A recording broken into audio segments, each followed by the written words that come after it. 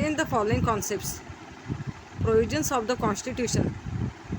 It is the basic or fundamental law that is stated directly in the Constitution. Therefore, the rules and provisions in the Constitution are the basic or fundamental law of the land.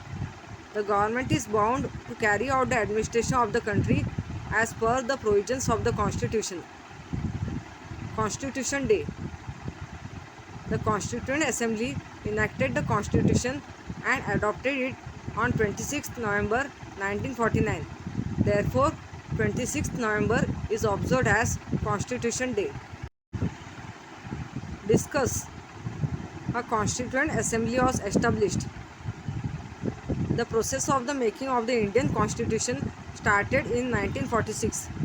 The leaders of the freedom movement insisted that independent India will be governed not by the laws made by the British but by laws made by Indians themselves. A committee was established to prepare the Constitution of independent India. It came to be known as the Constituent Assembly.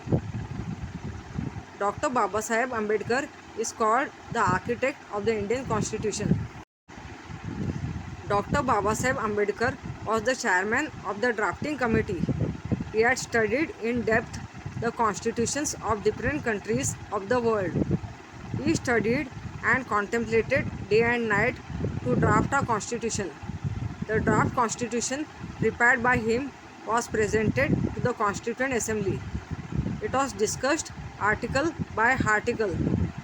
Many amendments were suggested by different members. Dr. Babasaheb Ambedkar handled the task of presenting the draft, answering the various questions raised on it, making changes in the draft as per the suggestions of the Constituent Assembly, and making every provision of the Constitution flawless. Due to his contribution towards the making of the Constitution, Dr. Babasaheb Ambedkar is called the architect of the Indian Constitution.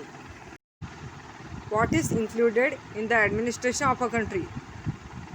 Government has to make laws relating to several subjects such as defending the boundaries, protecting the people from external aggression, eradication of poverty, creating employment, education and health services, encouragement to commerce and industries, protection of the weaker sections, making policies for the progress of women, children and the tribal people, etc.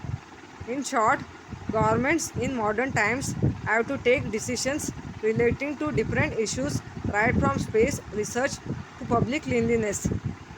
This is included in the administration of a country. Choose the right option. The constitution of this country is primarily unwritten. Options are A. America, B. India, C. England, D. None of the above. Correct option is option C. England. Who was the president of the Constituent Assembly? Options are A. Dr. Babasaheb Ambedkar, B. Dr. Rajendra Prasad, C. Durgabai Deshmukh, D. B.N. Rao. Correct option is option B. Dr. Rajendra Prasad. Who among these was not a member of the Constituent Assembly? Options are A. Mahatma Gandhi, B. Maulana Azad, C. Rajkumari Amrit Kaur, D. Ansaben Mehta. Correct option is option A. Mahatma Gandhi. Who was the chairman of the drafting committee? Options are A. Dr. Rajendra Prasad, B. Sardar Vallabhbhai Patel, C. Dr. Babasaheb Ambedkar, D. J.B. Kripalani. Correct option is option C. Dr. Babasaheb Ambedkar.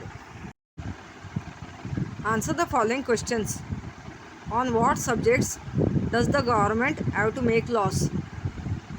Government has to make laws relating to several subjects such as defending the boundaries, protecting the people from external aggression, eradication of poverty, creating employment, education and health services, encouragement to commerce and industries, protection of the weaker sections, making policies for the progress of women, children and the tribal people, etc. Why do we celebrate 26th January as Republic Day. We celebrate 26th January as Republic Day because the country began to be governed according to the provisions of the Constitution from 26th January 1950. The Indian Republic came into existence from this day. What are the advantages of running a country as per the provisions of the Constitution? There are several advantages of governing a country with the help of rules or provisions included in the Constitution. Government has to function within a set of rules. This reduces the possibility of the misuse of the power and authority they are being given. A constitution includes the rights and freedoms of the citizens. Government cannot take away these rights. Therefore, people's rights and freedoms are safeguarded. Running a country as per the provisions of the Constitution is the same as establishing the rule of law. Then there is no scope for the misuse of power or high-handed administration. If a country is run as per the Constitution, the faith that the common people have in the government increases. They then become keen on participating in the activities of the government. Democracy is strengthened due to the increased participation of the people. Constitution presents some political ideals before the country. The nation is also bound to act in that direction. It creates an atmosphere conducive to attain world peace and security and preservation of human rights. Since the Constitution also includes the list of citizens' duties, it fixes the responsibility of the citizens as well. Open-ended question. What will happen if there is no Constitution? Jellink describes a state without Constitution as the regime of anarchy, lawlessness. In the absence of Constitution, there will be a chaos and the rule of jungle. That is, might is right will prevail. The strong and mighty would rule and exploit the weak and the poor. The life, liberty and property of the common people would be threatened. Mafia Raj prevailed in Russia after the disintegration of the mighty USSR in 1991.